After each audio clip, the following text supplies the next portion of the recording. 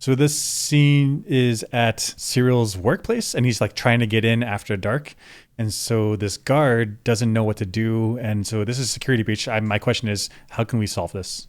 It's a weird scene. Take me 5 minutes, or I can tell you where they are.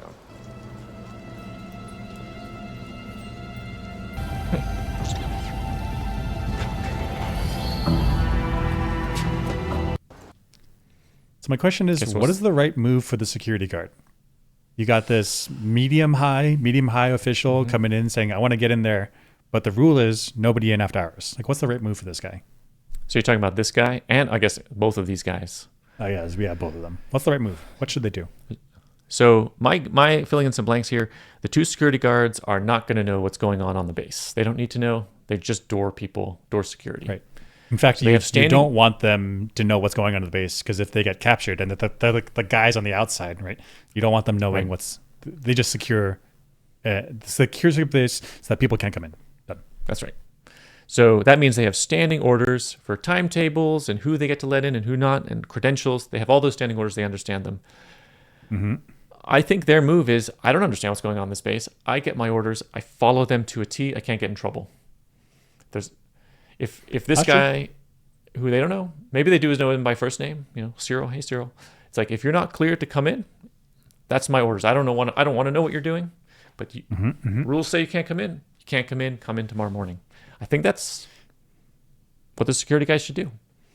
That's right, because that's a very good point. Because if the highest up boss, the CEO, whatever, gets angry at you, be like, "Hey, I did a good job in securing the place. What's the problem?"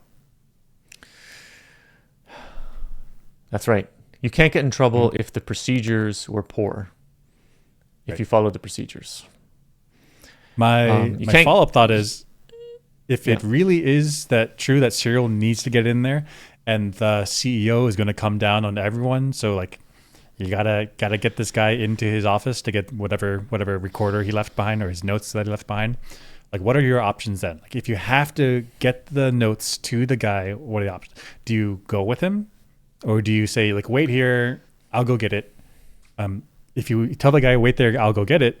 Well, first of all, do you know what you're looking for? You're going to have to like rifle through some stuff. Secondly, is this guy's only chance? Because he's security dude. He doesn't get to go deep into the base. So if this is his chance to go see what it's like in there, like, maybe it's time to take a chance, right? I mean, he could get in big trouble for that, though. If he just wants to do his job, what's his motivation for being like, I get to see what's going on in the base? I get to see what's going on in the base. Well, I always have to stand on the outside.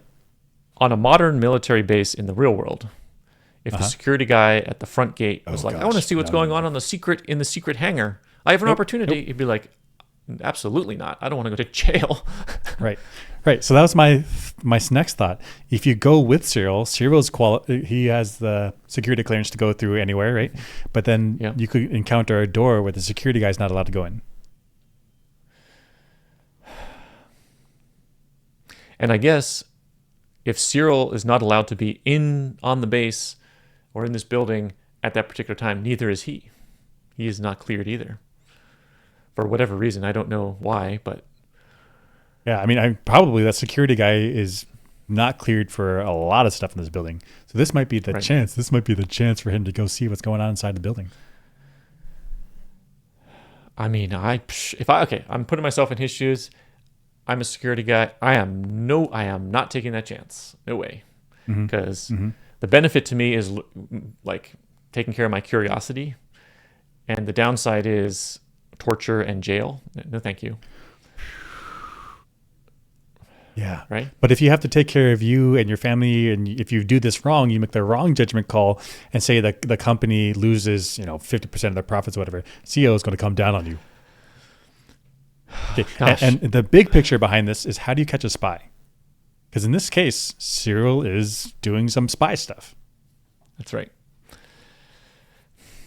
So does the security... Okay. Gosh, first off, if the head honcho comes down on security guy for following procedures because he stopped Cyril from the important presentation, now I'm damned if I do, damned if I don't. I'm damned if I follow procedures, damned if I let some guy trying to sneak in, because I don't know what's going on. So now I can't win ever. Like, everything is on a knife's edge between what's the right move. So how do you do the best you can? I think still the answer is follow procedure, because then if you do have a chance to defend yourself, you're like, hey, I followed the procedure, I followed your orders, please change them if possible. I'm not going off by myself changing things, because I can get in trouble for that. I think you still follow orders, even if it's a little lacking in discipline, right?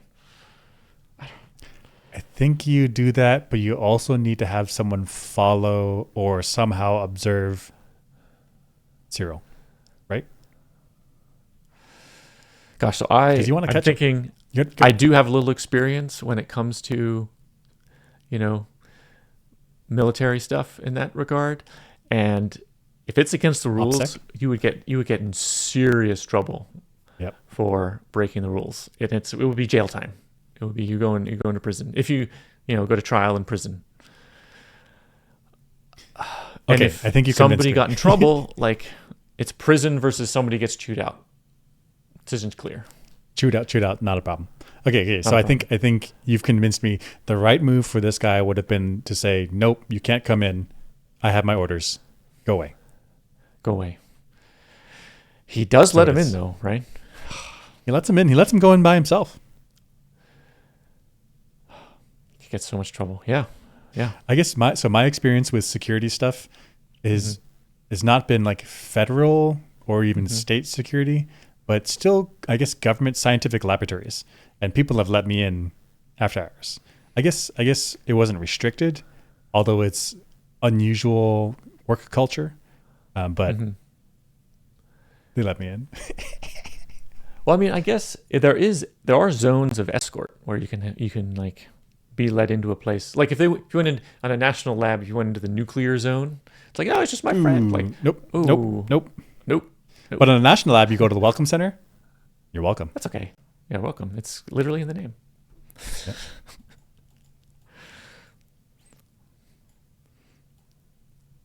This is the ISB office, and so my question is first of all, super cool building. Like, I like the design; it's very intimidating.